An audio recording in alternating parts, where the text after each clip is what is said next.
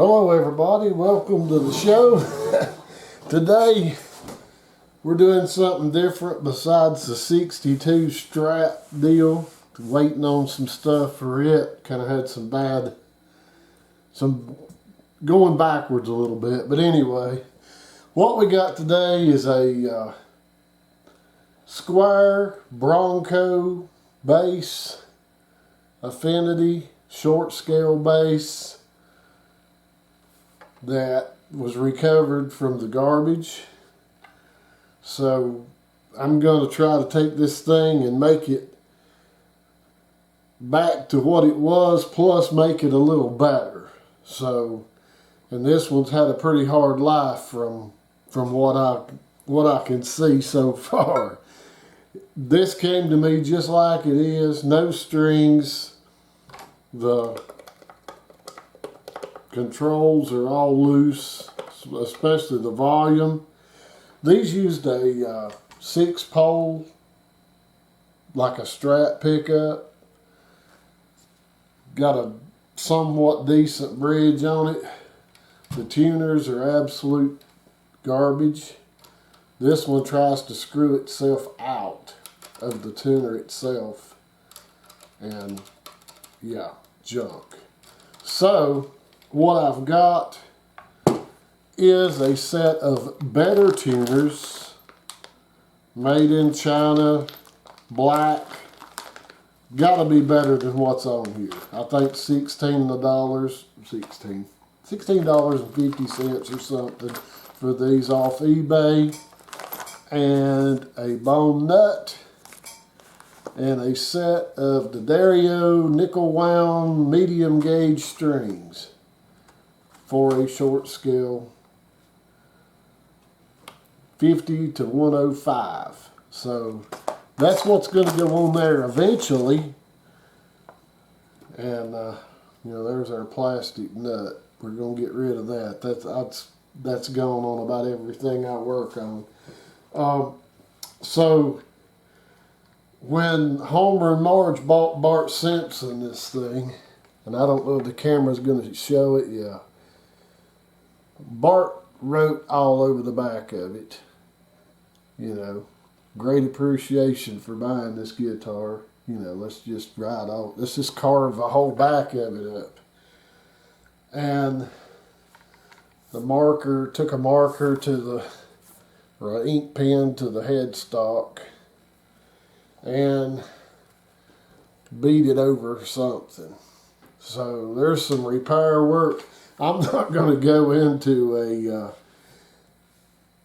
total strip down repaint deal on this thing. What I'm probably going to do is see if I can sand this out and repolish it. I think it's probably going to be all the way through. So if nothing else, I'm going to strip down the body just to the, just knock the top off of it, take some wood filler and try to fix these places. This is an agathis, or however you say it, body. Maple neck, fretboard. Pretty cool deal. I mean, short scale. I might could learn to play bass on something like this. So anyway, I've got another pickup, if I can locate it here somewhere, that is a dual rail humbucker. Gonna try that. A lot of people change these out to that and seem to be happy with it. The pick guard has been kind of messed up and I don't really like it. I may do something crazy on this. I found one on eBay. The guy wants $30 plus shipping, tax, all that for a pick guard. And not saying it isn't worth it. I know he's got his time involved in it. But I've got some material here and I may try, as much as I hate working with plastic, to come up with a better looking pick guard. And what I'll probably do is sand down this plain, terrible looking neck, and we'll apply some you know, some type of finish to it to darken it up and make it look like more than just a rough, solid piece of lumber. So I'm going to go ahead and pull this pick guard off, and we'll see what we got under there. And I should have been doing this while I was doing all that talking.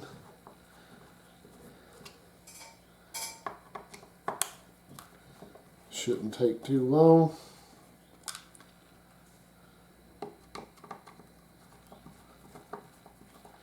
Appreciate all my supporters out there. Getting a few more of those assigned to the channel.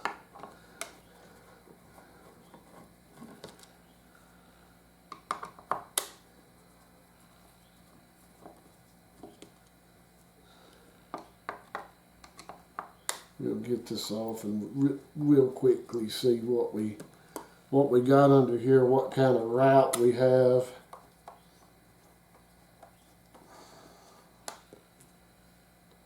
I've got a base, a full-scale base that I've fiddled around with just a little bit. I'm not, this might be easier for me. It just seems awkward, that long neck on that base, but that's me. That's because I don't know what I'm doing. This may be easier to actually learn something on. Okay. All right. There's our route. So it's actually routed out big enough for like a regular humbucker if you wanted to do that, or some type of bass pickup. I don't really know that much about bass pickups. People usually bring me a bass and they say, I want this pickup took out, this pickup put in. I'm like, very good. I can handle that part. We got our little dime-sized potentiometers and capacitor and jack. And there's your 6 pole pieces on the back side of that pickup, which I would say for the economics of it, that's probably just a strap pickup. I hadn't measured the resistance to see where it's at. We could do that real quick, hopefully, just to see what we come up with. That's if it's hooked up. There's nothing wrong. Let me make sure I got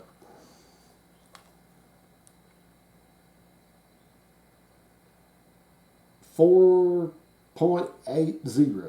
4.79, somewhere right in there. So low output, which I'm sure that's what they wanted in this application. So yeah, that's we got our ground wire going to our, let me move this. Okay, we got a ground wire going to the body that's loose, and a ground wire that goes under the bridge to ground that. So if you're grounding here,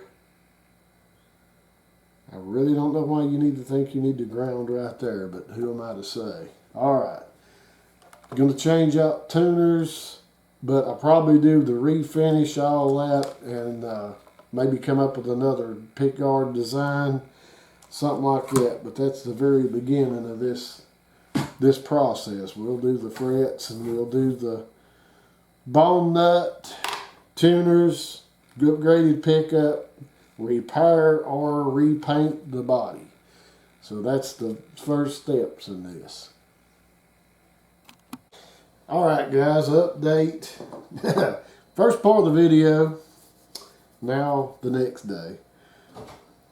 Okay, let me start with the neck. Thought I was gonna have to refinish it because of the ink mark up here on the headstock where Bart Simpson had scribbled all over that. I was able to get that off. Therefore, I didn't have to do anything to the neck. So, got rid of these tuners. I mean, total junk. I mean, junk. The worst I've ever seen. They're going straight in the trash. probably the worst tuners I've ever seen of anything. I bought the second worst tuners. These are some eBay Chinese, $16 and a half. I have no idea. I don't have a lot of confidence in them, but we're not dealing with a PRS or a Rickenbacker or something. This is what it is. The thing is, these have the big, huge post versus, well, you can see the difference. So, given that, I'm having to drill out the headstock immensely. So, like 70 thousandths to get these in. And you can see they're way huge compared to that. So that's what I'm in the process of doing with the neck. I still need to do the fret ends, cleaned a bunch of gunk off of it, but I need to check the fret level, and they're not sticking out, but the edges just aren't rolled to suit me. So I'm going to do that, and you know, that's where I'm at with the neck. The body, you know, we had all the carving on the back. Man, that kid went to all the way down with it. So I had to get that out. So what I did is I just sanded down through the collar, took the top shiny layer of this poly off, and, you know, kind of do a semi-relic. I had to stop myself because I was talking about painting it, doing some kind of custom pick guard. I had to just stop myself and think, okay, we got a $150 guitar.